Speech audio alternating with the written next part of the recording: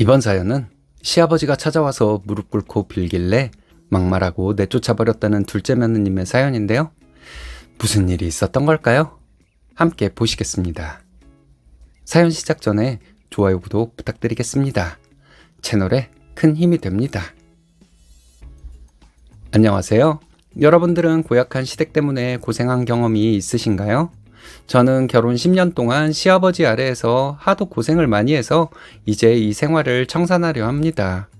호구 잡힌 저희 남편, 저 아니었으면 아마 평생 그러고 살았을 거예요. 제가 어떻게 했는지 궁금하지 않으신가요? 저는 지방광역시에 살고 있는 42살 여자입니다. 회사를 다니며 두 아이를 키우고 있는데요. 저희 남편은 시아버지와 함께 카센터를 운영 중이에요. 원래는 서울 회사에 다녔었는데 사내 정치에 휩쓸리면서 직장을 잃었고 모아둔 돈도 없이 서울에서 시댁에 있는 지방으로 내려왔죠.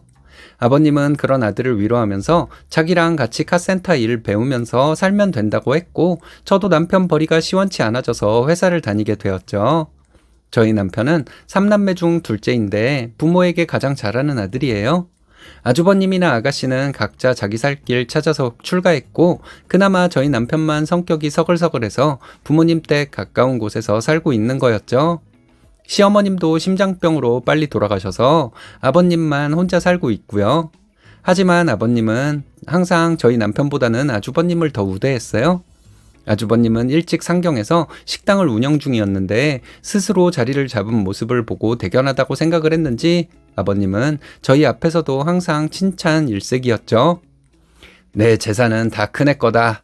나 죽고 나면 카센터 허물고 그 땅도 큰아들한테 줄 거니까 그렇게 알아. 맨날 저희 앞에서 저렇게 으름장을 놓으니까 어이가 없더라고요. 솔직히 저희는 재산 발한 적 없었거든요. 결혼할 때도 집도 안 해주고 가구도 안 해준다고 하길래 그냥 저희가 모아놓은 돈으로 작은 월세 얻어서 살기 시작했어요. 근데 아버님은 맨날 아주버님과 저희 남편을 비교를 하더라고요. 아니 뭐 좀 해주거나 말을 하면 몰라요. 솔직히 그런 말 할 때마다 말 조심하라고 하고 싶었지만 남편이 워낙 소문날 정도로 효자인지라 참고 참았어요. 그런데 저희 시아버님 얼마나 심하냐면요. 명절에 큰아들네는 본인이 선물 세트며 고기며 다 보내주고 식당 한다고 고생하니까 오지 말라고 하면서 저희한테는 일주일 전부터 달달 볶으면서 빨리 와서 준비하라고 하고요. 심장이 안 좋아서 서울로 자주 병원을 모셔가야 했는데 첫째 스트레스를 받을 수 있으니까 차로 왕복 8시간 거리를 남편에게 태워달라고 했다니까요.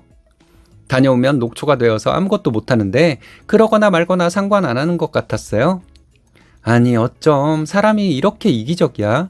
당신 이렇게 힘들어하는 거 알면서 왜 맨날 못 잡아먹어서 안달이시냐고. 아니 그래도 내가 아들로서 할 도리를 하는 거지. 남편은 맨날 이런 멍청한 말만 하고 있더라고요. 아이들이 태어나고 나서도 비교는 끊임없었어요. 아주버님네 아이들이 영재학교를 다닌다느니 어릴 적부터 영어가 트였다느니 어쨌다느니 하면서 저희 아이들은 말도 늦고 행동도 느린 걸 보니 공부 못하겠다고 평가질을 하더라고요. 남편은 자기 닮아서 그러는 것 같다고 머쓱하게 웃어댔지만 저는 솔직히 어찌 할아버지가 되어서 저런 말을 하는가 모르겠더라고요. 이뿐만이 아니에요. 우리가 ATM 기계도 아니고 본인 놀러 가야 한다고 30만 원, 옷 사야 한다고 50만 원 뜯어가는 건 일도 아니었어요. 하루는 동창들끼리 해외여행을 가야 하는데 자기 친구들은 다 자식들이 보내준다고 하던데 저희한테는 뭐 없냐고 하더라고요.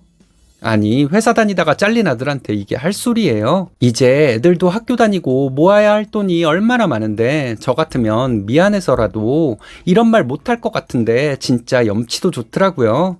그래서 아니 아주버님 돈 많이 벌어서 뭐 한대요. 아버님 여행이나 보내드리면 되지 라고 속마음이 툭 나와버렸어요.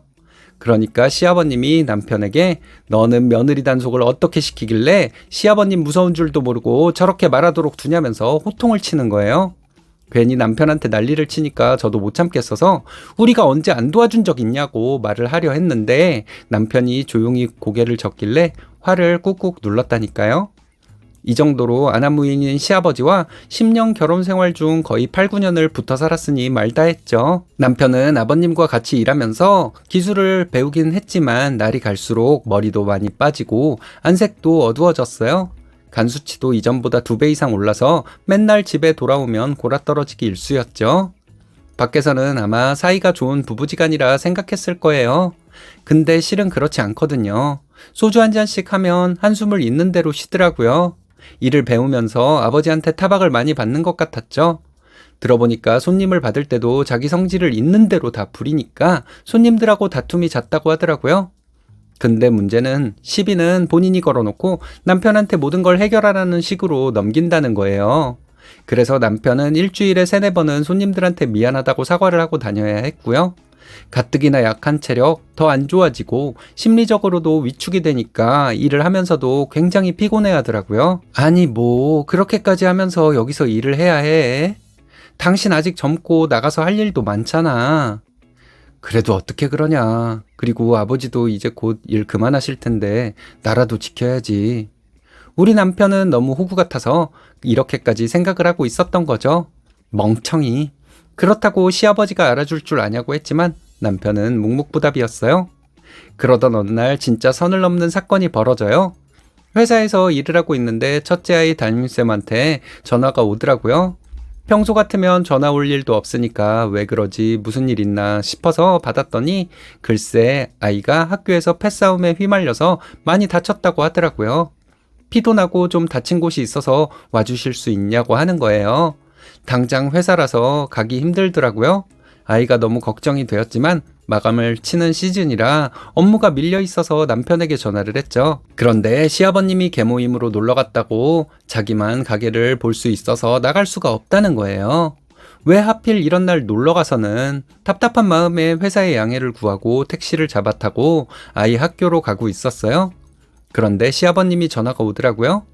저는 남편한테 이야기를 듣고 걱정이 되어서 전화를 했나 보다 싶어서 받았거든요.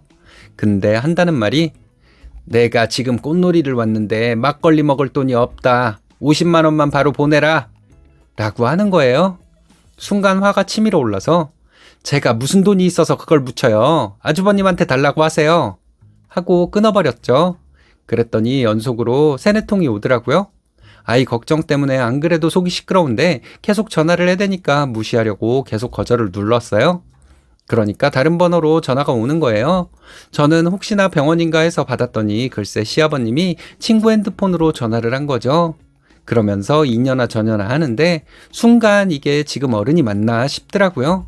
아버님, 지금 첫째가 다쳐서 학교 가고 있는 사람한테 이년아 저년아 말이 됩니까? 술 취하셨어요? 저도 막 나가자 싶더라고요. 그런데 네가 그러니까 하자 있는 애를 안 낳으면 되는 거 아니냐면서 술 취한 목소리로 손자욕을 시작하더라고요. 저는 순간 머리 뚜껑이 열려버렸어요. 아버님, 지금 애가 다쳐서 학교로 가고 있다고요. 누구는 술 취해가지고 놀고 돈 보내라고 하고 있을 동안에 애가 다쳤다고요. 정신 좀 차리세요. 이게 어디서 시아버지한테 소리야? 네가 돈 못 주면 내 아들한테 말하면 되지. 어디서 능력도 없어서 카센터 일도 내가 시켜주니까 이것들이 나를 뭘로 보고 하면서 전화를 끊더군요. 저는 이때 결심했어요. 한번 다 뒤집어 엎어버리고 나가야겠다고요. 다행히도 아이는 많이 다치지 않아서 타박상 정도였고 서로 화해도 잘 시키는 걸로 일은 마무리되었어요. 하지만 어떻게 할아버지가 되어가지고 아이를 그렇게 취급할 수 있는지 이해가 되지 않았죠. 저는 그날 밤에 남편한테 가서 말했어요. 나는 도저히 저 사람을 시부모로 모시고 살 수가 없다. 나랑 이혼하던지 아니면 단판을 지어야 할 것 같다고요. 저는 솔직히 남편이 왜 또 그러냐며 달래려고 할 줄 알았거든요. 근데 한다는 말이 내가 미안하다. 너한테 전화하고 나서 나한테 소리소리 지르면서 50만 원을 굳이 받아가더라. 나도 현타가 제대로 오더라. 이렇게 살 바에 그냥 나가버리는 게 나을 것 같다. 하더라고요. 남편이 그동안 얼마나 많이 힘들었을지를 생각하니 마음이 아팠죠. 저는 도저히 못 모시고 살 것 같아서 일주일 동안 집을 싹 정리할 계획을 세우고 아주버님한테도 연락을 했어요. 그리고 큰아들이 모시고 사세요. 돈이고 뭐고 다 받으시면서 왜 책임은 안 집니까? 둘째 아들이 뭐 죄 지었어요? 하고 말하니까 되려 저희한테 그거 맨날 보내주시던 거 다 고스란히 돌려보냈어. 너희 앞에서는 생색을 내는지 모르겠는데 한 번도 빠짐없이 다 보냈다. 그리고 나도 아버지 성격 아는데 절대 같이 못 산다.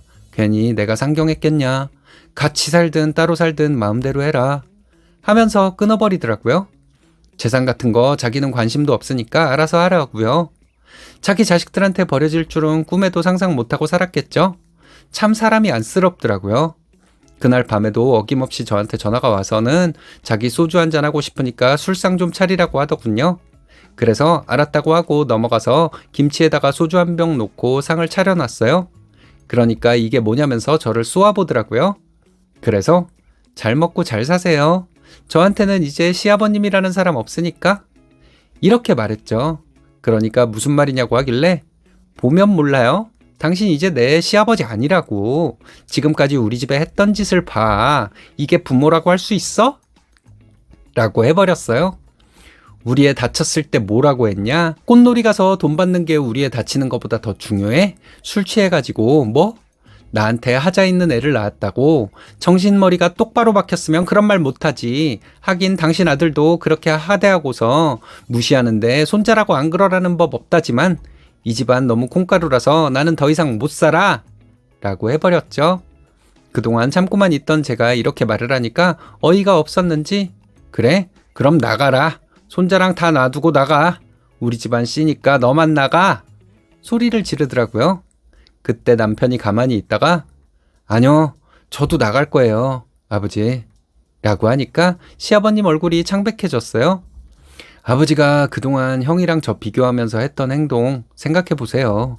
저 호구처럼 고생만 했어요. 근데 돌아온 게 이런 취급입니까? 맨날 제가 가게에서 시비 붙은 손님들 처리하는 시다예요. 형한테 보내는 거 10분의 1만 저한테 하면서 잘해줬으면 저 이렇게까지는 안 나옵니다. 라며 단호하게 말을 하더라고요. 더 이상 아버지 아들로 살고 싶지도 않아요. 맨날 저한테 했던 말 기억하시죠? 이거 다 형 줄 거라고요. 그래요. 형이랑 같이 100년회로 하세요. 저는 저희 가정 지킬 테니까. 저는 처음 보는 남편의 단호한 모습에 당황스럽기도 하면서 기쁘더라고요. 시아버님은 그 자리에서 얼음이 된 채로 아무 말도 못하고 어버버 하다가 한숨을 크게 내쉬고는 고개를 떨궜고요. 저희는 자리를 박차고 나와버렸죠. 그리고 그날부로 바로 짐을 빼버리고 나와버렸어요. 전화가 불이 나게 오던데 하나도 받지 않고요. 한 일주일쯤 지났을까 시아버님이 저희 회사 앞으로 찾아와서 무릎을 꿇더라고요. 제발 한 번만 기회를 주면 안 되겠냐고요. 아주버님도 자기랑 연락이 안 되는데 너희까지 자기를 버리면 어떻게 하겠냐면서요. 아버님, 그러니까 있을 때 잘하지 그랬어요. 이제 와서 이런 추한 꼴 보이면 뭐해요. 이미 자식들 마음 다 돌아섰는데. 저는 이런 모습이 웃기기도 하고 촬영하기도 해서 한숨을 푹푹 쉬면서 말했죠. 제발 이 부족한 나를 용서해주고 한 번만 다시 받아줄 수 없겠니? 와이프도 없는데 내가 누굴 믿고 살겠냐? 애원하는 시아버님이 불쌍하기는커녕 당연히 받아야 하는 결과라는 생각밖에 안 들었어요. 그래서 전 그러면 아들한테 물어보자고 하면서 스피커폰으로 전화를 걸었죠. 그리고 아버님이 지금 회사 앞에서 이런 상황이다 라고 설명을 하니까 남편은 가세요. 저 더 이상 아버지 없습니다. 종처럼 부려먹던 것도 모자라서 이제 와서 불쌍한 척이에요. 남은 두 자식한테 가서 잘 사시고 다시는 찾아오지 마세요. 하고 끊어버리더라고요. 저도 봤죠? 진짜 미안하시면 사죄하면서 사세요. 하고 회사로 돌아가 버렸어요. 그 뒤로는 일절 왕래도 안 하고 지냅니다. 아가씨 말로는 병을 얻어서 누워있다고 하는데 그거는 본인들이 이제 신경 쓸 일이죠. 저희 남편 같은 효자를 그렇게 부려먹고 못되게 굴더니 인과응보라고 생각해요. 살이 쪽쪽 빠지고 얼굴빛도 어둡던 남편도 이제 건강을 조금씩 회복하고 있는지 많이 달라졌어요. 안색도 깨끗해지고요. 시아버지 밑에서 일을 할 때는 눈치를 너무 많이 보니까 주눅이 들어 있었는데 지금은 자기가 원래 잘하던 기술 분야로 취업을 해서 다시 천천히 커리어를 쌓고 있답니다. 우리 아이들은 할아버지랑 같이 살 때보다 지금이 훨씬 좋다고 하네요. 저도 참고만 살다가 이제 눈엣 가시 같은 아버님이 없어져서 얼마나 행복한지 몰라요. 가끔 아가씨가 전화가 와서 사람들이 어떻게 이럴 수 있냐 하는데 저는 아가씨 지금까지 나 몰라라 하고 산 세월을 생각하세요. 아버지한테 돈은 잘 타다 쓰면서 정작 챙기는 일은 싫어요?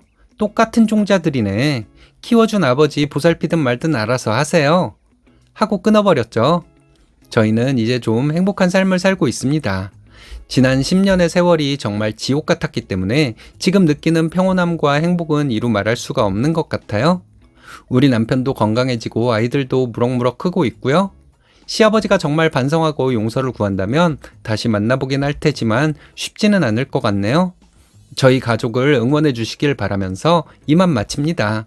감사합니다.